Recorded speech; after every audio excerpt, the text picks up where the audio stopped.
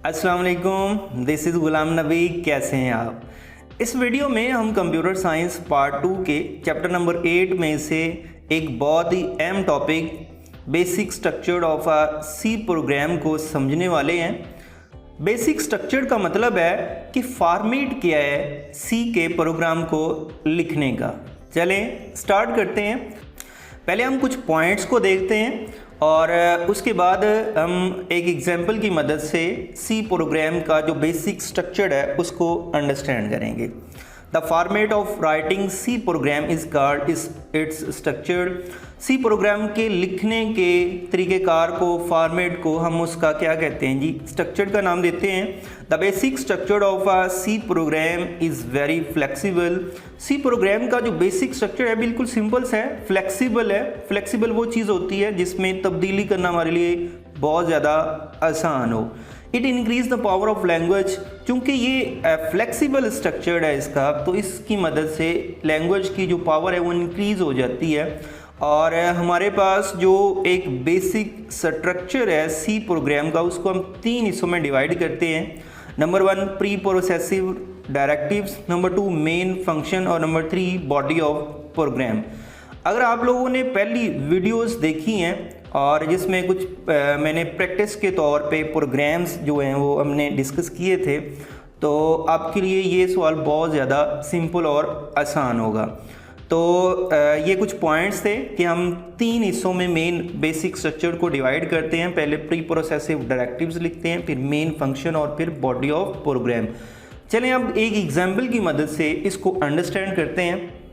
ये आपके सामने एक कंप्लीट सी प्रोग्राम की एग्जाम्पल लिखी हुई है और इसको मेन 3 हिस्सों में डिवाइड किया हुआ है और इन तीनों हिस्सों को हम अंडरस्टैंड करते हैं कि बेसिक स्ट्रक्चर में कितने हिस्से हैं और हर हिस्से का काम क्या है। अब देखें तो पहली 2 लाइनें जो हैं उनके सामने मैंने लिखा हुआ है प्री प्रोसेसर डायरेक्टिव्स, और उसके बाद नेक्स्ट दूसरा जो हमारा है वो मेन फंक्शन, उसे हम कहते हैं दूसरे पार्ट को। और तीसरा पार्ट जो है ये जो करली ब्रेसेस के दरमियान, ये स्टार्टिंग करली ब्रेस है और ये एंडिंग करली ब्रेस है, इस वाले दरमियानी सारे हिस्से को हम क्या कहते हैं, प्रोग्राम बॉडी का नाम देते हैं। अब इनको 1 बाय 1 अंडरस्टैंड करते हैं कि प्री प्रोसेसर डायरेक्टिव्स क्या हैं। प्री का मतलब होता है पहले, प्रोसेसर का मतलब प्रोसेसिंग करना और डायरेक्टिव्स इंस्ट्रक्शंस होती हैं। इसका मतलब ये बना कि प्रोग्राम को चलाने से पहले कुछ हदायत दी जा रही हैं कि ये पहले परफॉर्म करो। अब ये हदायत कौन सी हैं? हदायत ये हैं कि ये प्री प्रोसेसर डायरेक्टिव्स की मदद से हम कुछ फाइल्स को इंक्लूड कर रहे हैं, शामिल कर रहे हैं अपने प्रोग्राम्स के अंदर। एक फ़ाइल ये stdio है और ये एक conio हमारे पास एक फ़ाइल है। इन दोनों फाइल्स को हम अपने प्रोग्राम्स के अंदर ये प्री प्रोसेसिव डायरेक्टिव जो इंक्लूड है इसकी मदद से हम अपने प्रोग्राम्स के अंदर इसको ऐड कर रहे हैं। तो इसका मतलब ये हुआ, पहला पार्ट क्या हुआ हमारे प्रोग्राम का, पहले पार्ट जो होता है जी वो प्री प्रोसेसर डायरेक्टिव्स होती हैं। प्री प्रोसेसर डायरेक्टिव्स जो हैं उनकी मदद से हम कुछ फाइल्स जो हैं जिन्हें हम हेडर फाइल्स कहते हैं वो अपने प्रोग्राम्स के अंदर ऐड करते हैं। और प्री प्रोसेसर डायरेक्टिव्स जो हैं वो याद रखिएगा हमेशा ये हैश सिंबल से स्टार्ट होती हैं।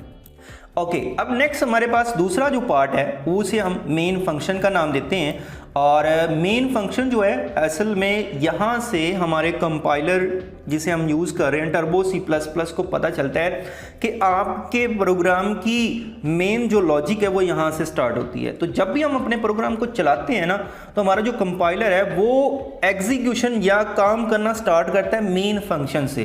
तो सबसे पहले वो देखता है मेन फंक्शन कहाँ पर है, तो मेन फंक्शन जहाँ पे उसे मिलता है वहाँ से वो अपनी एग्जीक्यूशन रनिंग स्टार्ट करता है। तो इसका मतलब ये हो सकता है फिर मेन फंक्शन एक ऐसी जगह है जहाँ से हमारे प्रोग्राम की एक्चुअल एग्जीक्यूशन जो है वो स्टार्ट होती है। मेन फंक्शन से हमारा जो कंपाइलर है वो एग्जीक्यूशन स्टार्ट करता है। अब नेक्स्ट नंबर 3 जो हमारे पास पार्ट है प्रोग्राम का, उसे हम बॉडी ऑफ प्रोग्राम का नाम देते हैं।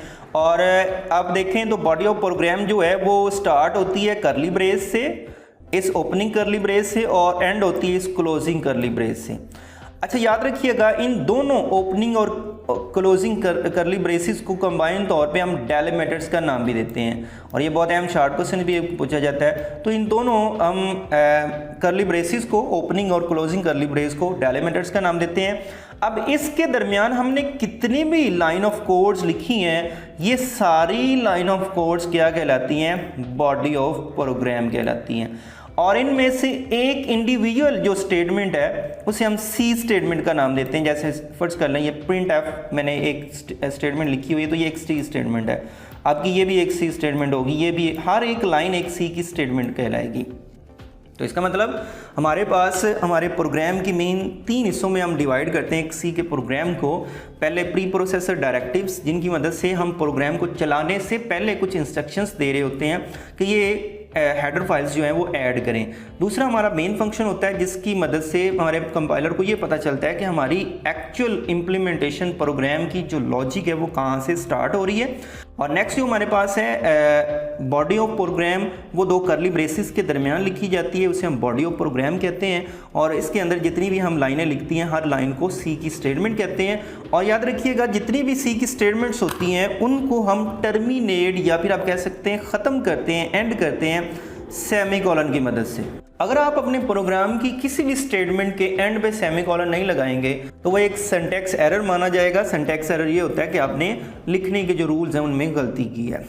तो अब इन्हीं तीनों पार्ट्स के पॉइंट्स क्या बनते हैं वो अभी हम नेक्स्ट जो है डिस्कस करते हैं। चलिए स्टार्ट करते हैं। सबसे पहले हम देखेंगे प्री प्रोसेसर डायरेक्टिव्स क्या है। तो इसके बारे में पहला पॉइंट है, फर्स्ट 2 लाइंस जो हमने लिखी हुई थी are the preprocessor directives to include header files. हम इनकी मदद से हेडर फाइल्स को शामिल कर रहे थे, कौन कौन सी stdio और कोनियो को हम ऐड कर रहे थे, ठीक है। The preprocessor directives are the command that give instructions to the preprocessor. असल में ये कुछ कमांड्स हैं या फिर आप कह सकते हैं हदायत हैं जो प्री प्रोसेसर को दी जाती हैं। तो फिर प्री प्रोसेसर क्या करता है? Preprocessor is a program that modifies the C program before compilation. तो प्री प्रोसेसर को एक इंस्ट्रक्शन मिलेगी कि ये फाइल ऐड कर दो, वो एक प्रोग्राम की कंपाइलेशन से पहले अपना काम परफॉर्म करेगा, मतलब वो ऐड कर देगा उन लाइब्रेरी फाइल्स को। और नेक्स्ट जो लास्ट पॉइंट है, the pre processor directive start with hash symbol. ये हमेशा हैश सिंबल से स्टार्ट होती हैं। तो ये पहला हमारा पार्ट प्री प्रोसेसर डायरेक्टिव्स के पॉइंट्स थे। अब नेक्स्ट देखते हैं हमारे पास मेन फंक्शन के क्या पॉइंट्स हैं। The second line is the main function. हमारे प्रोग्राम की जो दूसरी लाइन मतलब दूसरा जो पार्ट है वो मेन फंक्शन होता है। Main function is the place where execution of C program start. Main function मैंने पहले भी बताया कि वो वाली जगह है जहाँ से हमारे प्रोग्राम की एग्जीक्यूशन स्टार्ट होती है। When program is executed, the control enter main function and start executing its statements। जब भी हम प्रोग्राम को चलाते हैं, एग्जीक्यूट करते हैं, तो प्रोग्राम का जो कंट्रोल है वो मेन फंक्शन की बॉडी के अंदर जाता है और फिर उसके अंदर जो स्टेटमेंट्स लिखी होती हैं उनको एग्जीक्यूट करना स्टार्ट कर देता है। और last one body of program है। The statements of program written in curly braces. हमारे जो प्रोग्राम की स्टेटमेंट्स हैं जिन्हें हम सी स्टेटमेंट्स कहते हैं वो इन ओपनिंग और क्लोजिंग कर्ली ब्रेसेस के दरमियान लिखी जाती हैं। और इन ओपनिंग और क्लोजिंग कर्ली ब्रेसेस को मैंने पहले भी बताया कि इन्हें हम डेलिमिटर्स का नाम देते हैं। तो नेक्स्ट यही है, braces also known as delimiters इन्हें कहा जाता है। These statements are collectively known as body of program. इन सारी स्टेटमेंट्स को जो दोनों कर्ली ब्रेसेस के दरमियान लिखी जाती हैं इन्हें हम बॉडी ऑफ प्रोग्राम का नाम देते हैं। और every statement in C program is terminated with the semicolon. पहले भी मैंने बताया हर लाइन को हम सेमीकोलन से ख़त्म करेंगे, टर्मिनेट करेंगे। The compiler generates an error if any statement is not terminated bye semicolon. अगर आपने कोई भी स्टेटमेंट टर्मिनेट सेमीकोलन से नहीं की तो आपका जो कंपाइलर है वो सिंटैक्स एरर जो है वो जनरेट करेगा। तो ये हमारे पास बेसिक स्ट्रक्चर था हमारे एक सी प्रोग्राम का। होपफुली आपको इसकी समझ आई होगी और आपने अंडरस्टैंड किया होगा। थैंक यू, अल्लाह हाफिज़।